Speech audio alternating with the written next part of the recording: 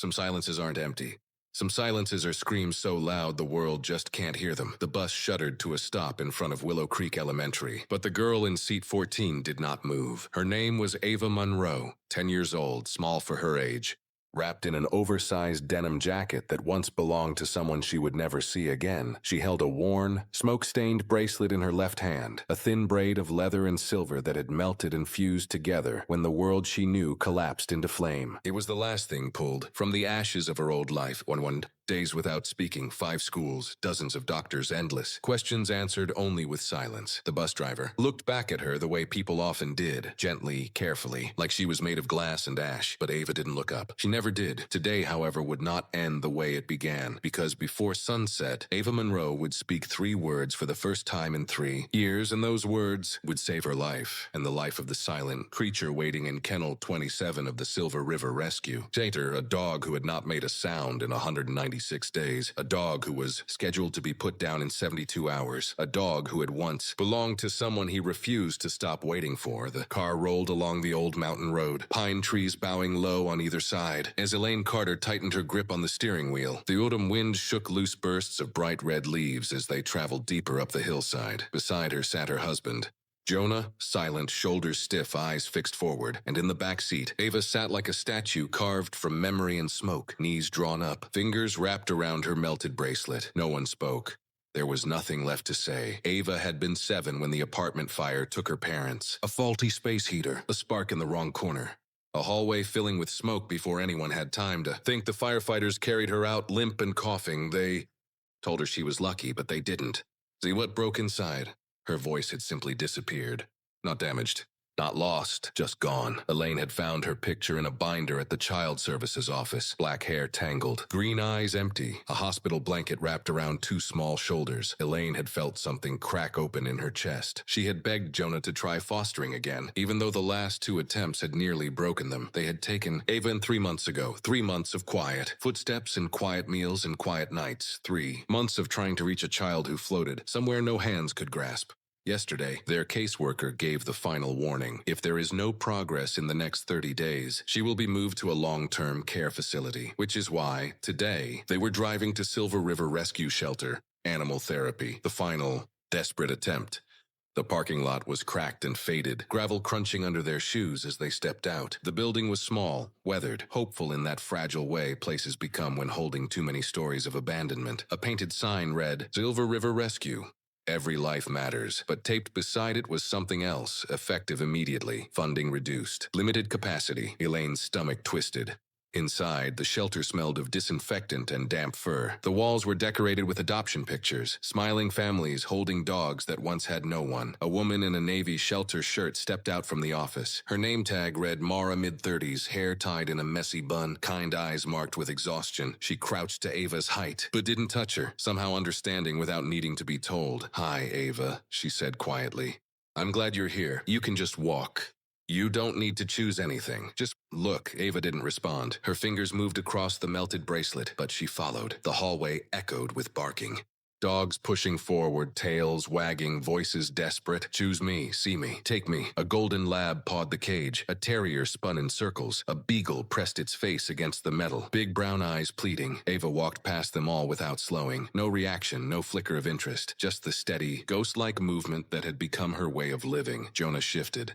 A small wince. His right knee. He still hadn't told Ava how he got the injury, how he'd once been the firefighter who ran into burning buildings and came back out limping, but alive. Elaine saw him look at her, silent apology in his eyes. They had almost reached the end of the kennels when Ava suddenly stopped. Not at a lively dog, not at one calling out for attention. At the very last kennel, half hidden by shadow, inside, a large Belgian Malinois lay curled in the corner, not asleep, not alert, just there. His coat was dark sable.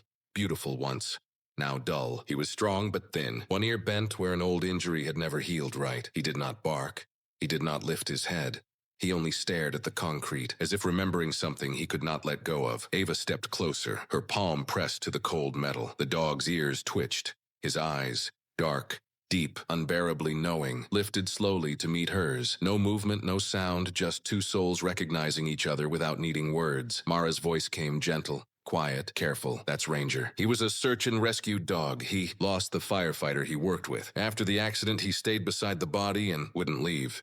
We had to sedate him to bring him in. The room held its breath. He hasn't made a sound since. Not one bark, not one whine. He just waits. Jonah closed his eyes. Elaine felt tears rise. A child who couldn't speak, a dog who wouldn't. Ava looked at Ranger. Ranger looked at Ava. And for the first time in 102 days, something flickered behind her eyes.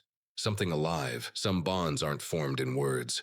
Some are sewn together in wounds. Ranger rose slowly from the corner of the kennel, the shadows lifting from his frame as though they had been draped. Over him like a second skin, he didn't rush, didn't lunge with excitement or bark with recognition. He moved with the quiet gravity of someone who had already seen the worst the world could do. Ava did not step back. Elaine's breath caught. Jonah's hand tightened on the chain link. The shelter around them seemed to retreat until only one girl and one dog remained in existence. Ranger stopped directly in front of Ava, close enough that she could feel the faint warmth of his breath against her hair. For a long, suspended moment, the world held itself still. Then Ranger lowered his head, not in submission, not in fear, in understanding. His nose touched the small, trembling hands Ava kept folded in her lap. He breathed her in, slow, careful, learning her story through scent, the way dogs read the ghosts that cling to us. His nose moved to the sleeve of her jacket, to the faint smoke-marked bracelet that had survived the fire with her. He paused there, nostrils flaring gently, the way someone might reach to touch a scar without actually laying a hand on it. Ava's breathing changed, shallow at first, then sharper, faster. Not panic, not fear, something breaking open, something waking up. Ranger made his choice with a tenderness that seemed to contradict his strong, war-weathered frame. He lowered his full weight and rested his head in Ava's lap. The air left Elaine's lungs in a silent sob. Jonah swore under his breath and turned away, wiping his eyes. Ranger exhaled, a sound not quite a whine, not quite a sigh, but something in between. A sound of a heart that had been broken and was choosing, somehow, to live again. Ava's hand trembled once, then again, and then, very slowly, her scarred hand rose. Her fingers hovered above Ranger's ear, as though touching him might shatter the moment, as though she feared he might vanish back into the dark corner he'd come from, but he didn't move. Her hand landed softly on the bent ear, the ear healed wrong, the ear that carried history inside its shape. She traced it, learning its story, its shape, its grief. Ranger's entire body softened beneath her touch. Muscle by muscle, breath by breath, as though something inside him unclenched for the first time in months. Ava's hand moved to the top of his head, then down his neck, then across his shoulders in slow, rhythmic strokes. Her movements were steady, grounding, healing for them both. The room was silent except for the sound of breathing. And then Ava spoke. Her voice was small, rough, like a match striking in a dark room. "He's hurting." Elaine's hand flew to her mouth. Jonah froze mid-breath. The girl who had not spoken in 102 days had spoken. Ava looked down at Ranger, her hand still moving in gentle motions, and repeated stronger this time. "He's hurting. Like me." Ranger leaned closer, pressing his head more firmly into her lap. Elaine broke. Tears spilled hot and uncontrolled down her face. She didn't hide them, didn't try. Jonah stepped into the kennel without thinking, and knelt beside Ava, one large hand resting on Ranger's back. His voice cracked when he spoke. "We'll take him." It was not a question, it was a vow. Mara, the shelter worker, blinked rapidly, her voice unsteady when she answered. "There's normally a process, approvals, home checks, paperwork. We'll do all of it," Jonah said. "Whatever it takes." Ava's hand curled protectively into Ranger's fur, as if letting go even for a moment might break something fragile and newly formed. Mara exhaled slowly. "I'll call the board. This is more than an adoption. This is treatment, healing. I'll document it that way." The next 90 minutes blurred into motion.forms.phone calls. A signature from a county supervisor, the fee waived, a bag of food donated, a leash that had seen better days but would do for now. When they returned to the car, Ava opened the door herself, something she hadn't done since the fire. Ranger climbed into the back seat, favoring his right hind leg. Ava slid in beside him, her fingers never leaving his fur. The drive home wound along the mountain roads under a sky the color of fading gold. Ava spoke quietly to Ranger the whole way. "You can sleep in my room. If you want. I get scared at night. But maybe we can be not scared together." Ranger's tail thumped once, a small sound, a small victory. Their home sat at the edge of the river valley, an old cabin with peeling paint and a roof Jonah kept promising to fix. No neighbors nearby, just forest and sky and space to be broken in. Peace. Ava stepped out of the car without waiting to be prompted. Ranger followed. She led him across the yard, past the old maple tree to the flat stone where she sometimes sat when the memories came to.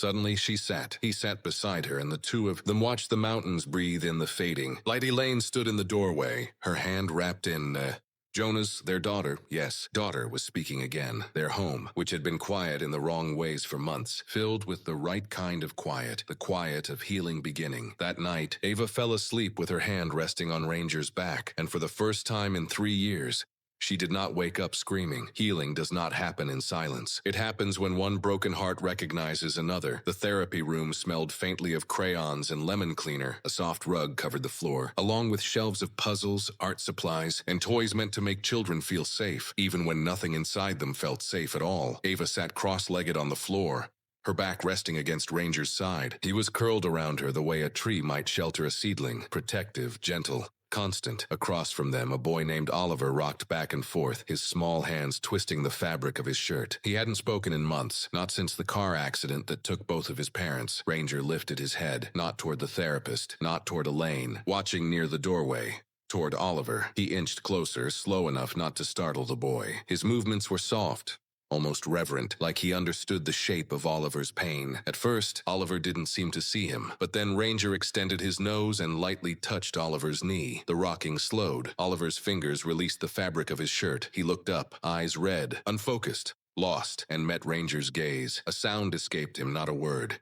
Not even a whisper, just a breath that meant everything. His small hand moved, hesitant, trembling. Ranger didn't move. He waited. Oliver touched his fur. His shoulders crumpled, and then, finally, Oliver cried. Not a small cry, not a single tear, a storm, a sound that had been trapped in his chest. For far too long, Ava didn't speak, but she shifted, opening space for him in the little circle she and Ranger had created, and Oliver moved closer. One child, then another, then 2 more. Kids from the trauma group who knew pain by name. They sat around Ranger like planets drawn to a sun that warmed without burning. They pet him, they told pieces of their stories. Halting, broken, gentle, true. No adult could have done what Ranger did in those minutes. He didn't fix their, lives, but he let them feel their pain without dying from it. When the session ended, Dr. Halverson pulled Elaine aside, tears threatening her clinical composure. This dog isn't just helping Ava heal, she said. He's healing everyone around her. She's becoming a bridge. She's giving other children permission to feel again. Elaine looked at Ava, actually looked and saw it. The girl who once disappeared into silence was now becoming a lighthouse, a faint one, a small one, but a light nonetheless. That night, Ava went to bed early. Ranger curled beside her, his breathing deep and rhythmic. Elaine and Jonah stayed in the kitchen long after the dishes were washed. The house was quiet, too quiet. The stack of bills sat in the center of the table. Medical bills, therapy bills, repair costs, mortgage overdue notices. Jonah rubbed his face with both hands. We can't outrun this, Elaine. We're already behind on the house payment. If one more thing hits, Elaine shook her head, tears forming. There has to be another way. We could finance, Jonah offered, voice weary. We're underwater on the mortgage, she whispered. We'd just be digging a deeper grave. The silence that followed was heavy. Then Jonah said the thing he had been avoiding, the words no one wanted to breathe aloud. Maybe we could place Ranger with a foster family, just temporarily. Until we get back on our feet. Elaine's hand slammed the table. No, absolutely not. Her voice trembled, but her conviction did not. That would break her. You saw tonight. He is her anchor. Without him, she'll slip back under. And this time, I don't know if she'll come back. Jonah swallowed hard. He knew she was right, but reality doesn't soften just because hearts are kind. Ava, standing in the hallway where they couldn't see her, pressed a hand to her chest. She didn't cry, she didn't speak, she just knew. She waited until morning. Then she came into the kitchen holding something to her chest. Her journal, but not just hers. Her mother's. Worn, soft, edges frayed. A relic of another life. She opened to the inside cover and pointed to the faded ink. A bank account number ... Money left after the settlement. From the fire that took her parents. A fund meant for her future. I want to use it, she said. Quietly. Both adults froze. For Ranger, Jonah's voice broke. Sweetheart, that money is for your college, your adult life, your stability. Ava looked at Ranger, then back at them. Ranger is my future. The words were small, but they were unshakably certain. Elaine covered her mouth to hide the sob that escaped. Jonah's hands trembled. He couldn't accept her sacrifice without telling her everything. The secrets they had locked away, the truths they carried like old wounds, the reasons they found her. The reason they took her in, they owed her the truth. The next morning, sunlight poured through the kitchen windows. Warm, golden, soft, the kind of light that makes even grief look gentle. Ava sat at the table. Ranger stretched protectively across her feet. Jonah and Elaine sat across from her. There's something we've never told you. Jonah began, voice steady but eyes full, and the story, their story, began to unfold. The son they lost, the fire that took him, the guilt that never loosened its grip, the reason they became foster parents at all, the reason they recognized Ava's pain before she ever spoke, a word the room filled with memories, grief, truth, and finally, understanding. By the time the story ended, Ava was crying softly, not the old, silent tears of despair, but the tears of someone who finally understands. She was not saved out of pity. She was chosen out of love slowly, so slowly she feared the moment might break. Ava stood. She walked to Jonah and wrapped her arms around him. Thank you, she whispered, not for telling her, not for keeping her, not for saving her, for trying, for not giving up. Ranger pressed against their legs, tail thumping. Once a fragile family, but finally, truly, a family. Sometimes the world applauds healing, until healing becomes inconvenient. It started with a single news segment, a soft human interest piece about a traumatized girl who had finally spoken again because of a retired rescue dog named Ranger. But within days, cameras lined the front sidewalk of the children's hospital like vultures waiting for a storm to break. Reporters shouted questions, commentators debated ethics. Bloggers typed furiously. Some voices accused the hospital of exploiting a vulnerable child for donations. Others insisted animals had no place in clinical environments. Protest signs appeared. Arguments spread online like wildfire, and through it all, Ava knew none of it. She had retreated somewhere deep inside herself again. Not gone, but holding on to Ranger, not with her hands, but by the fragile thread of survival. Meanwhile, Ranger was fading. His food dish sat untouched, his ribs pressed visible beneath his coat. He slept more than he woke, and when he did move, it was slow, uncertain, as though every step required permission from pain. He was running out of time. Back home, the house felt smaller than it ever had. On Thursday night, Martha sat on the bedroom floor, her back against the bed frame, the weight of the last week pressed on her chest like someone holding a hand over her heart, refusing to let it beat. Robert sat on the edge of the bed, watching her hands tremble. I thought I could save her, she whispered, voice cracking. I thought if I just loved hard enough, if I fought hard enough, I could save her like I couldn't save. She didn't finish the name. She didn't have to. David, the child they had lost long before. Ava ever walked into their lives, but I'm not saving her, Martha continued. We're drowning, and she's drowning with us. Robert stared at his hands. Rough hands, working hands, hands that had rescued burning children and pulled bodies from flames, hands that could not hold the people he loved from breaking. What are you saying? His voice was small. I'm saying maybe she needs more than us. A residential care facility. People trained for this. Help we can't give. Martha's voice fractured. Maybe love isn't enough this time. Robert closed his eyes. And the truth, sharp and merciless, settled in the space between them. We have no income, no savings, no resources. His voice was rough gravel. We can't even afford Ranger's medical care. We're failing them both. They sat silently in the dim room, and for the first time since they promised to keep Ava safe, they spoke aloud the unthinkable. They might have to let her go. I'll call Ms. Chen tomorrow.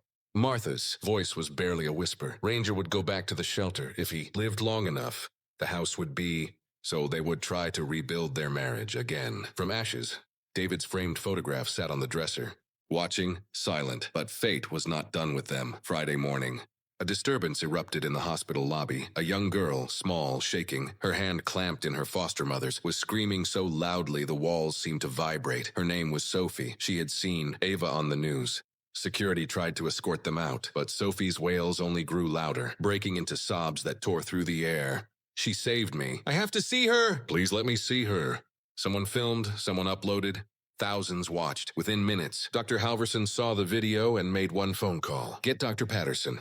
He arrived in under 20 minutes, calm, steady authority. Incarnate. This child is part of my patient's therapeutic history, he told security. She goes in. No hesitation. No paperwork. No delay. As Sophie was escorted inside, a second call went out. Bring Ranger against policy, against every rule designed to protect everyone from liability, but humanity outranked bureaucracy that day. The three were brought together, Ava.Sophie.Ranger. When Ranger was wheeled in, too weak to walk, the monitors beside Ava flickered with sudden life. Her heart rate lifted, her breathing shifted. Something deep inside her recognized him. Sophie climbed into the bed beside Ava, taking her hand, and Ranger was lifted onto the blankets, his body trembling, breath shallow. 3 souls, not 3 survivors of fire and loss together at last. Sophie's voice was soft, but her words were a match struck in darkness. I remember. You, Ava's eyes fluttered. I was 3. You were 7. There was fire everywhere. I was trapped, and you... You came back for me. Memory arrived like smoke, slow, curling, painful, glass shattering, smoke choking, heat burning, a small hand in hers. I don't remember. Ava whispered. That's okay, Sophie said, tears sliding freely. I remember for both of us. Ranger let out a faint whine and pressed his muzzle into Ava's side. A flicker of life, hope. Fragile, but real. Robert stepped forward. Voice unsteady. Ava, I was the firefighter who pulled you out that night. Ava's breath stilled. I tried to reach your parents, he said, voice breaking. But you, he swallowed hard. You had already saved Sophie. You risked your life at 7. You were braver than any man I've ever worked beside. The room did not breathe. Ava touched Ranger's head. His eyes opened. Warm, ancient, loyal. Please don't leave me, she whispered. Ranger forced his head up. Licked her cheek, a tiny movement. But it was life choosing life. Then came the knock on the door. Dr. Patterson entered with a lawyer. Ava, he said gently, the court has reversed the psychiatric hold. You're being released home. Martha staggered, covering her mouth. And Ranger? Ava asked. The lawyer smiled. His therapy certification has been approved. He stays with you.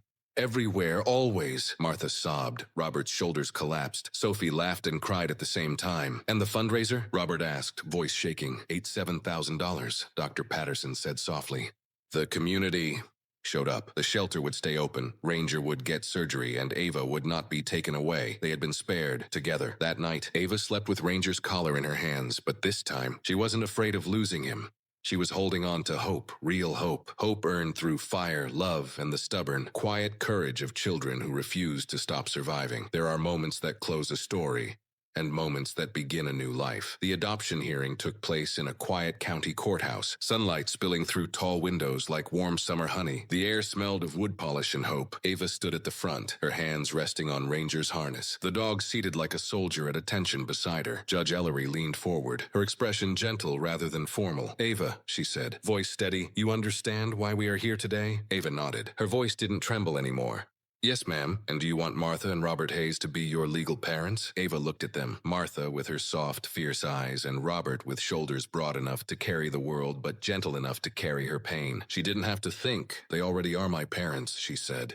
This just makes other people understand it. A quiet ripple of emotion passed through the room. And why do you want them to be your family? Judge Ellery asked. Ava drew in a breath and her words came clear. Because they didn't leave. They didn't look away when it was hard. They didn't ask me to be okay so they could feel better. She touched Ranger's fur. They gave me Ranger when I couldn't speak. They listened when I didn't have words, and they lost someone too. They understand the kind of quiet that comes after fire. They saved me, not by fixing me, but by staying. The judge swallowed, blinking back tears. And Ranger? She asked softly. Ava straightened. He's part of us. He's not a pet. He's my partner. We heal together.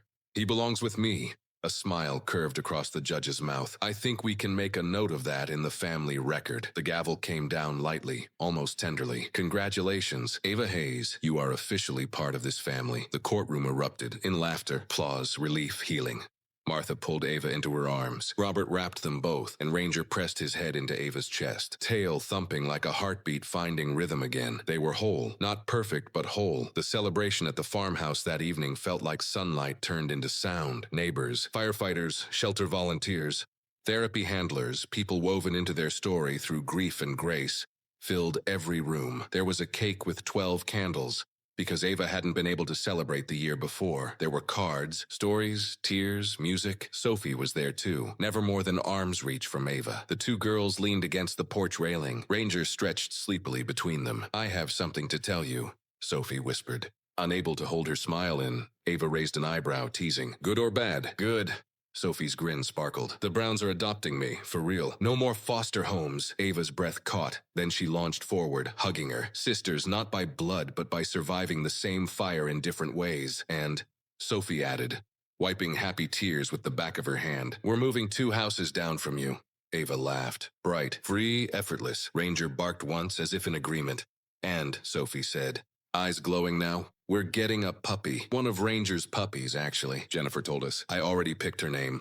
Ava smiled. What is it, Grace? Because some words deserve to live again, inside. Martha stood with a stack of freshly printed newsletters. The Ranger Foundation, a program pairing rescue dogs with traumatized children. Robert discussed fire safety outreach with the crew he used to run into burning buildings with. Dr. Patterson outlined expansion plans with the hospital board. Jennifer coordinated therapy dog rotations with a clipboard in one hand and a coffee in the other. This wasn't charity, this was community. Net that caught the falling. Then the phone rang. Martha answered, and her face lit up brighter. Then the porch lanterns. She went to Ava and Sophie, who were still outside in the cool dusk air. That was the school district, she said. The board approved Ranger. He will attend school with you full-time, Ava. He'll be the first therapy dog in our county schools. Sophie laughed. Ava burst into tears. Ranger wagged so hard his whole body shook. Healing wasn't quiet anymore. Healing sounded like joy. A year later, autumn leaves fell golden around Green Mountain Shelter. But the place didn't feel like a shelter anymore. It felt like sanctuary. Expanded kennels, training rooms, a waiting area with bright murals of dogs with hopeful eyes, children's art lining the walls, and nearly zero dogs waiting for adoption. Ava, now confident, steady, 13, volunteered every Saturday. She and Ranger worked with children who carried the weight of loss the way she once had. One afternoon, a boy arrived, 8, silent grief sitting on him like a shadow. His name was Micah. Ava didn't push. She simply sat with Ranger on the floor, brushing his fur, exactly how she had once learned to breathe again. Micah watched, waited, inched closer until he finally sat beside Ranger, placing a small trembling hand on his fur. Ava spoke softly, the way the world once spoke to her. You don't need to talk yet. Ranger listens to things without words. Grief has a language he understands. Micah's tears came quietly, and Ranger leaned into him, warm and steady. A bridge forming, not through speaking, but through being that night. Ava sat at her desk, Ranger curled beside her feet, breathing slow. She opened her mother's journal. She no longer wrote to say she was broken. She wrote to say, I am living, Mom. I found home. Not the one I lost. The one that grew around me. Ranger taught me that healing isn't forgetting. It's remembering differently. You gave me life once. Ranger helped me learn how to use it. I'm okay now, and I'm helping others be okay. So she closed the journal and placed her hand on Ranger's head. Downstairs, Martha called them for dinner. Robert laughed. Sophie's voice carried through the hallway. Grace the puppy yipped. Excitedly, family? Not the kind that begins by blood. The kind that begins by choosing one another over and over, even when it hurts. Sometimes, the bravest thing a person can do is keep living. Sometimes, salvation comes on 4 paws. And sometimes, the child who once stayed silent becomes the voice that helps others speak again. The end.